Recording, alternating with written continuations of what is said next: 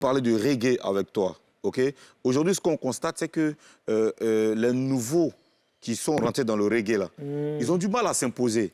Aujourd'hui, quand on dit reggae, là, on dit Alpha Blondy, Tikenja, Ismaël Isaac, Kajim, Naftali, Goody Brown, etc.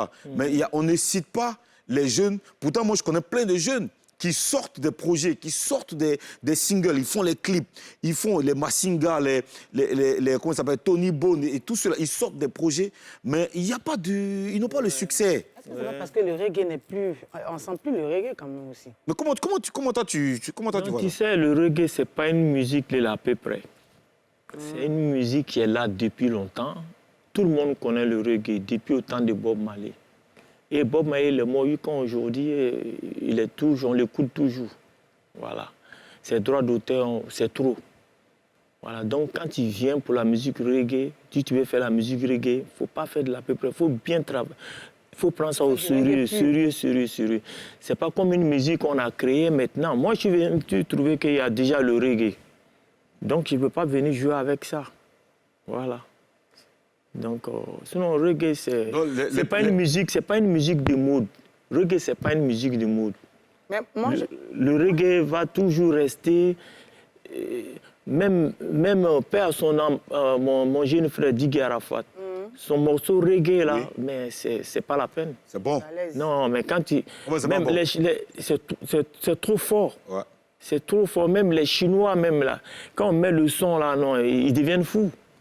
Voilà, le reggae, c'est comme ça. Quand c'est bon, ça reste pour toujours. Ouais. Voilà.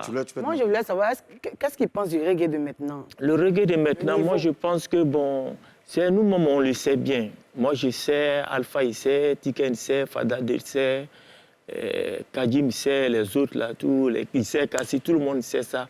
Le reggae, bon, souvent, quand nous-mêmes, moi, je suis là, souvent, il dit, la relève, là, vraiment, c'est un peu bizarre. Hein. Tu les écoutes? Parce que moi, j'ai déjà le nom. Hein. Moi, j'ai déjà travaillé, j'ai déjà fait le preuve. Voilà. Donc, le parcours d'Ismaël, tout le monde connaît. Donc, aujourd'hui, c'est ça. Que ça soit quel genre de musique, quoi. Toutes sortes de musique. Et si tu as travaillé, ça paye demain. Ouais, il faut avoir le nom. Voilà. La référence, c'est très important. Mais aujourd'hui, il y a beaucoup qui font, mais ils n'ont pas de nom. Rien. Est-ce que tu écoutes les jeunes? Bon, on a les Spyro, tout ça, les jeunes. Oui, j'écoute les jeunes frères, j'écoute tout le monde, bon. Mais je pense que le reggae, là, il faut... Ils doivent travailler encore, c'est ça? Il faut... Le reggae, là, c'est... Bon, souvent, ce que je reproche aussi aux jeunes frères, il y a beaucoup qui veulent faire comme les Jamaïcains. En Afrique, on a trop de mélodies. Quand un baoulé fait reggae, tu sais tout de suite que c'est un baoulé. Ouais.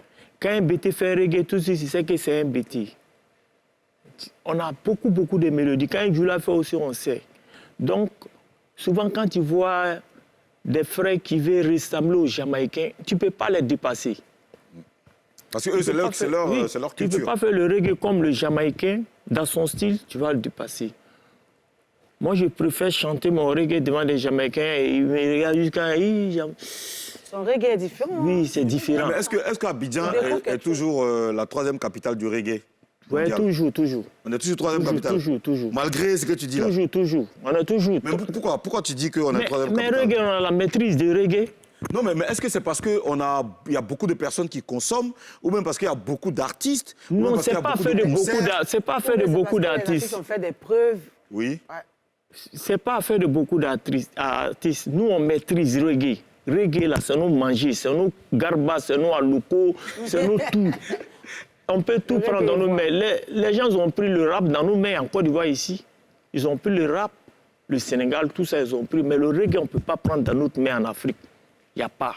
C'est pas fort ça, les Ghanais là aussi, hein, ils font reggae. J'ai dit, on ne peut pas prendre le reggae dans notre main. Si Alpha est là, si Ken est là, si moi je suis là, si les autres sont là, on ne peut pas prendre le reggae dans notre main. C'est moi qui ai dit ça.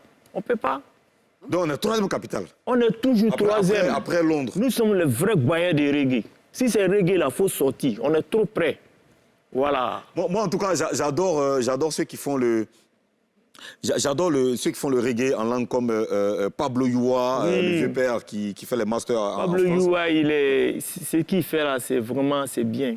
Parce que tu sens l'Ouest dans son reggae. Tu sens l'Ouest dans son reggae. Et quand il fait le reggae, la mélodie même, tu sens un peu Tu sens l'Ouest, quoi, le pété. Tu sens donc vraiment big up. Oui, mais tu bon. dis qu'on est troisième capitale du reggae, mais j'ai remarqué que les festivals, là, 24 heures reggae, quel autre festival encore là? Il y a Abi Reggae.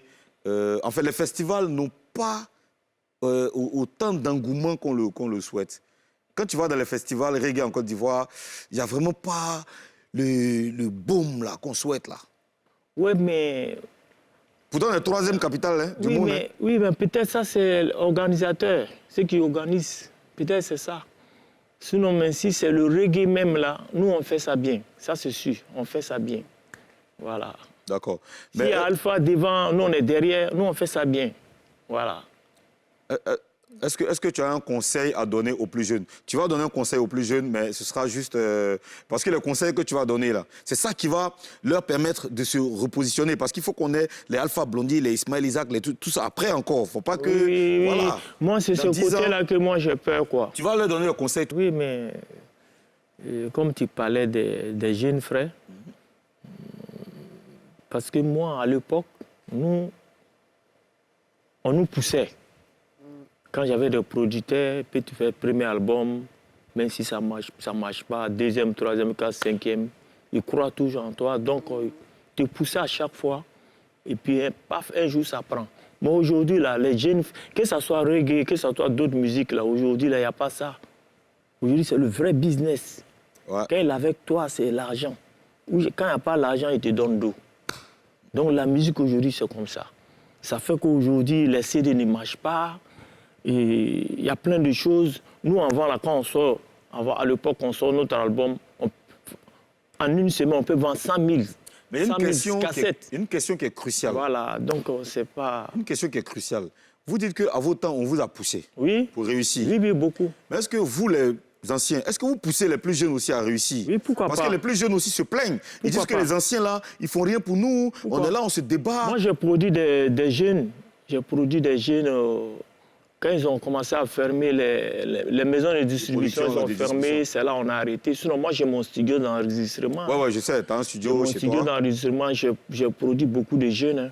Il y a beaucoup de les jeunes il y a des jeunes même que moi, je les produis, je les mets dans le studio, je ne prends rien, je finis l'enregistrement, tout, je prends le son, je les donne. Et puis bon, j'ai fait ça. Tu peux nous donner quelques noms des jeunes que tu as produits? Oui, j'ai beaucoup de produits. Il y a un groupe qu'on appelait les orphelins. Oui, il fallait orphelins, c'est Zougoulou? Oui, Zougoulou, oui. J'ai produit des jeunes aussi. Mais je parle du reggae, parce que moi, un jour, j'ai fait un post sur Facebook parlant de ça, et il y a beaucoup qui sont venus m'attaquer même. Ils disent que les anciens, là, il y a produit un jeune qu'on appelait Djamala, tout ça. Moi, je produis. Donc, je ne me mets pas devant pour faire comme je suis producteur. Je produis comme ça parce que j'ai fait ça plusieurs fois. D'accord. Voilà, je ne me mets pas devant pour dire je vais chercher l'argent sur son dos. Non, moi, c'est trop compliqué, je ne fais pas ça. Je n'ai même pas le temps pour ça. Voilà, on retient que tu as donné un coup de main à la jeunesse. Oui. C'est très bien, merci beaucoup pour ça.